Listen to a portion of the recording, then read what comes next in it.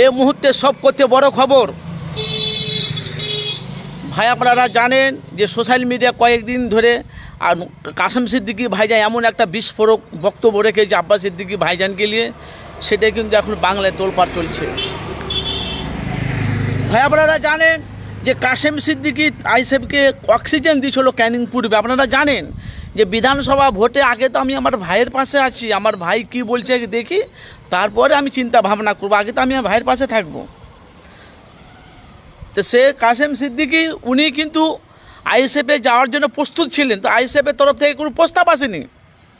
সে কাসেম সিদ্দিকী আপনারা জানেন যে নওশাদকে যখন অ্যারেস্ট যখন করে ফুরফুরা শরীফে সব কদি যদি বিক্ষোভ বাঘের গর্জন যদি কেউ থাকে ফুরফুরা শরীফে একমাত্র তার নাম হল কাসেম সিদ্দিকী, যে ভাই কাসেম সিদ্দিকী ভাইজান যিনি তৃণমূলে যোগ দিয়েছে।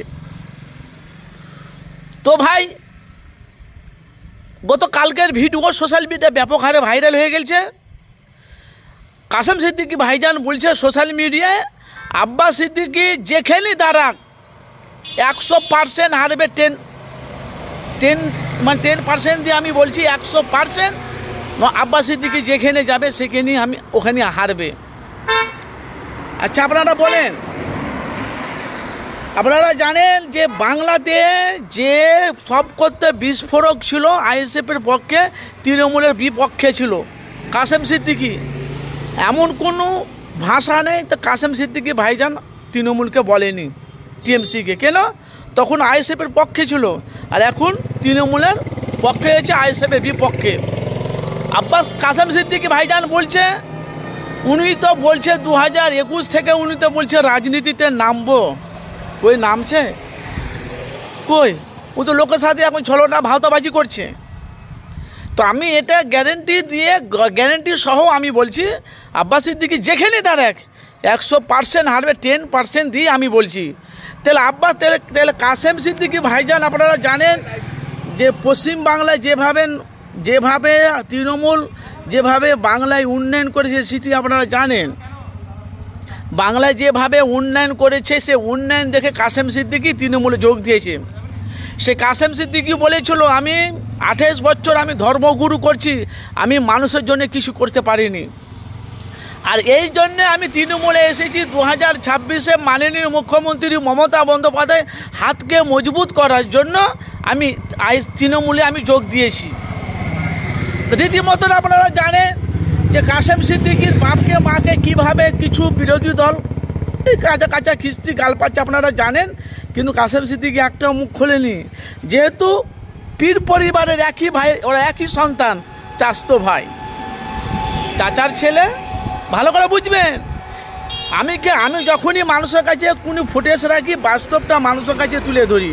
এখন অনেক বাংলার মানুষ বলছে যে আব্বাস সিদ্দিকীকে যে সম্মান করতো, আব্বাস সিদ্দিকীকে যে স্নেহ করতো কাসেম সিদ্দিকী বিপক্ষে হয়ে গেছে, আইএসএফের বিপক্ষে, তৃণমূলের পক্ষে। কিন্তু তৃণমূল একটা বড় একটা সাধারণ সংবাদ পেয়েছে না, সেই নিয়ে এখন বাংলার এখন অনেক মানুষ সারা গোলগুলি করছে। সেই তো কাসেম সিদ্দিকী বলেছিল তা আমি আইএসএফে প্রার্থী হয়ে দাঁড়াবো, ক্যানিং পূর্বে আমি অক্সিজেন দেবো। সোশ্যাল মিডিয়া আমি দেখতে পাচ্ছি কিছু মিডিয়ারা তারা বলছে। তাইলে 2026-এ বিধানসভা ভোটে 294টি সিটের মধ্যে একটা সিট, সেটা হলো ভাঙড়ে। সে ভাঙড়ের সিট পেয়েছে নওশাদ সিদ্দিকী। সে আইএসএফের দলটাকে মুছে দেওয়ার জন্য শওকত মোল্লা আইএসএফের পেছনে লেগেছে। এই কারণে শওকত মোল্লা বলে দিয়েছে বিধানসভা গেটে ওনার অফিসের সামনে হাজার লাখ মানুষের সামনে বলেছে 2026-এ যদি আইএসএফের দলটাকে ভাঙড় থেকে যদি না আমি ভাঙড়ে যদি ওকে যদি তলিতাম্পা না ঘুরাতে পারি তো আমি রাজনীতি ছেড়ে দিতে পারি। আমি আর বিধানসভা ভোট গোনানোর পর আইএসএফের দলটাকে যদি না হারাতে পারি আমি রাজনীতি ছেড়ে দেবো। আর আপনারা জানেন কিছুদিন হলাম 12 রবিউল আউয়ালে আপনারা জানেন যে আব্বাস সিদ্দিকী ভাইজান কাসেম সিদ্দিকীকে জাহান নামের কুকুর মনে করে এ কথা বলেছে শওকত মোল্লা ভাইজানের মাথা। সেই থেকে কিন্তু সব করতে বলছে ওদের দু ভাইয়ের আমি ঘুমকে হারাম করে দেবো। কে বলছে? শওকত মোল্লা ভাই। আপনারা জানেন আমি মানুষের কাছে সত্যটা তুলে দিই, আপনাদের মূল্যবান মতামত জানাবেন। আব্বাস সিদ্দিকী জলসা বলছে ব্রিগেডের ডাক, বড় বড় আলেম সমাজে আমি যদি কোরআন হাদিস আমি বলছি তোদেরকে যদি আমি কোরআন হাদিস থেকে যদি আমি তোদেরকে যদি না প্রমাণ করতে পারি মৃত্যু থেকে তোরা যা আমাকে সাহেব মাথায় আমি মিটিয়ে নেবো।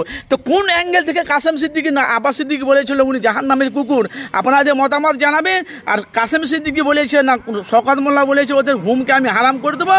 তার সাথে সাথে ভাই আবাবের বিস্ফোরক যে কাসেম সিদ্দিকী ভাইজান বলেছে 100% উনি যেখানে দাঁড়াবে হারাবে। 10% যে আমি বলছি আব্বাস সিদ্দিকী মানুষের সাথে ভাওতাবাজি করছে, ও নিজেকে চর্চা করার জন্য নিজের ইমেজকে বাড়ানোর জন্য করছে। তো ভাই আপনাদের মূল্যবান আপনারা মতামত জানাবেন, যেহেতু সামনে বিধানসভা ভোট, আপনাদের ভোট আপনি কাকে দিবেন, বাংলায় কে কাজ করছে না করছে অবশ্যই আপনাদের মূল্যবান মতামত জানাবেন।